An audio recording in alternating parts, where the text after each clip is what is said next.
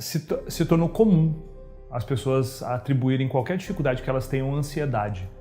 Parece que é o problema do século e quase que como uma qualidade também. Eu sou muito ansioso, é por isso que eu sou assim. Eu sou muito perfeccionista, é por isso que eu sou assim. E as pessoas acabam atribuindo, por não conseguir explicar o que acontece nas suas vidas, à ansiedade. O problema central é a ansiedade. As pessoas não sabem explicar. Porque elas não atingem, porque elas não fazem as coisas e elas atribuem simplesmente a ansiedade.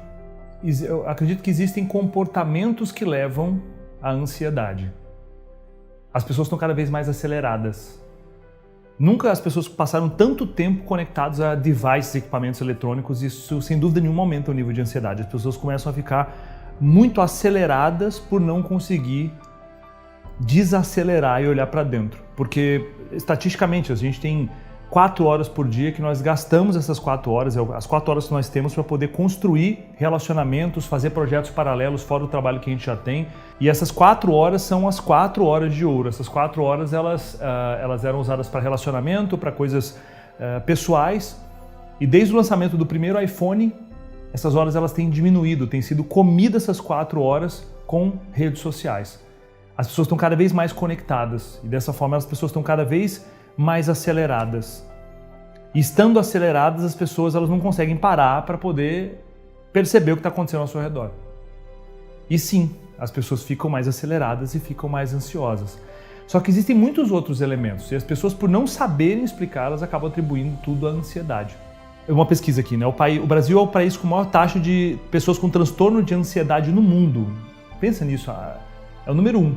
E o 5º em depressão. Então uma coisa está intimamente ligada à outra. A pessoa aumenta muito o nível de ansiedade real e acaba se tornando uma pessoa depressiva. E aí isso decorre a pessoa não conseguir fazer o que precisa fazer, isso decorre a pessoa pensar em se matar, acabar com a própria vida, por conta desse ciclo que ela vai entrando. Existe um grande senso de realização e propósito dentro da vida da pessoa quando ela consegue começar e terminar coisas. Principalmente se forem coisas grandiosas. Não zerar uma caixa de e-mail ou limpar os WhatsApps que estão pendentes. São coisas pequenas. Acabar de ver a série no Netflix. São coisas pequenas. Mas quando a pessoa consegue começar e fazer alguma coisa, realizar um projeto, né, isso dá senso de propósito para ela. E isso reduz a ansiedade. Agora a pessoa passa boa parte do tempo dela rodando redes sociais, né, como a gente estava falando. E isso impede com que o tempo livre dela, em vez de ser para realizar projetos grandiosos, acaba sendo comido com as redes sociais. E aí nisso ela acaba se comparando com outras pessoas dentro das redes sociais, porque ela vê só a versão editada da vida das pessoas, só o melhor que a vida das pessoas tem. E isso faz com que ela não realize o que ela precisa realizar, e não realizando ela se compara com as outras pessoas, e aí ela começa a se perguntar: o que eu fiz essa semana, o que eu fiz esse mês? E essa resposta não fecha. E aí aumenta o nível de ansiedade, que é essa angústia que ela não sabe explicar o que é. Um vazio, e a pessoa dá o nome de ansiedade. E aí não fazendo, não realizando, não colocando energia para poder concretizar aquilo, o que acaba acontecendo? Ela se vê com muitas pendências, pequenas pendências, eu chamo isso de diabinhos.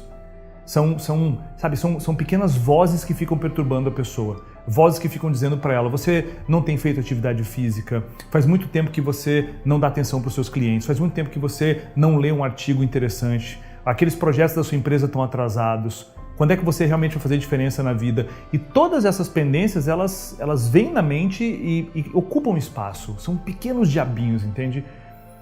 E não adianta você falar para esses diabinhos algo do tipo: olha, relaxa que eu vou fazer isso depois, porque o depois não vai acontecer, porque você não tá determinando quando você vai realizar aquilo. A maioria das pessoas faz isso. E ela diz para essa voz interna, né? Fica quieta que depois eu vou fazer isso. E esse depois nunca vem, porque ela está ocupada alimentando esse ciclo vicioso.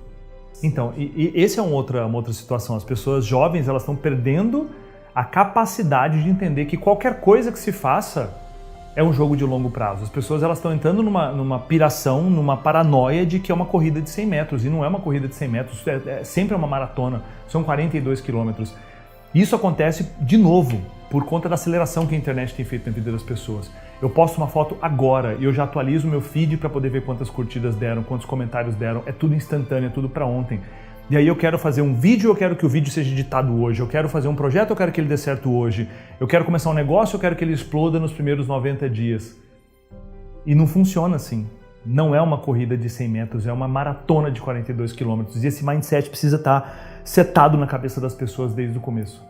Senão isso gera uma angústia, comparação, ansiedade. Isso é nocivo, é cancerígeno para a motivação das pessoas e para a realização do que elas precisam. Como a conta não fecha, elas precisam buscar alguma fuga, algum tipo de realização rápida. Aí o que elas buscam? Os prazeres momentâneos e instantâneos. Eu posso resolver esse vazio que tem dentro de mim comendo açúcar, vendo mais uma série no Netflix.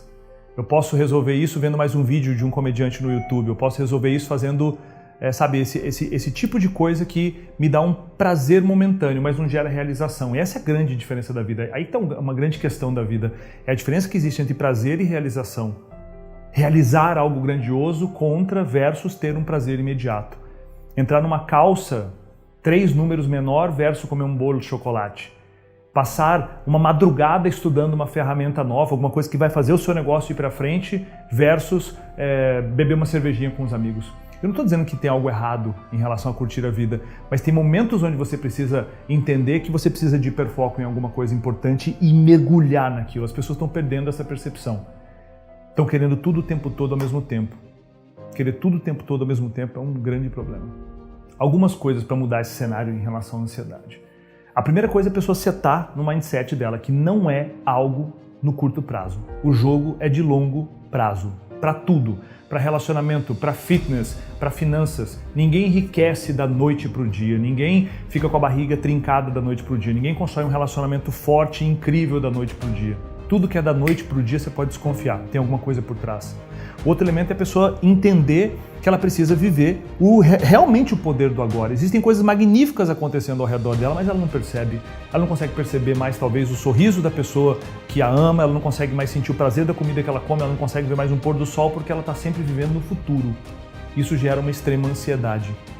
O terceiro elemento é a pessoa se concentrar em micro vitórias que ela pode ter todo dia e não se concentrar só na grande vitória que ela pode ter daqui a um tempo, porque isso, comparando com outras pessoas, pode desmotivá-la. Então, ela precisa ter esse foco no micro, no agora. Qual é a minha pequena vitória, meu small victories de hoje? O que eu posso fazer para vencer hoje? A pequena vitória, o pequeno avanço que eu posso ter hoje. Isso vai ajudar muito.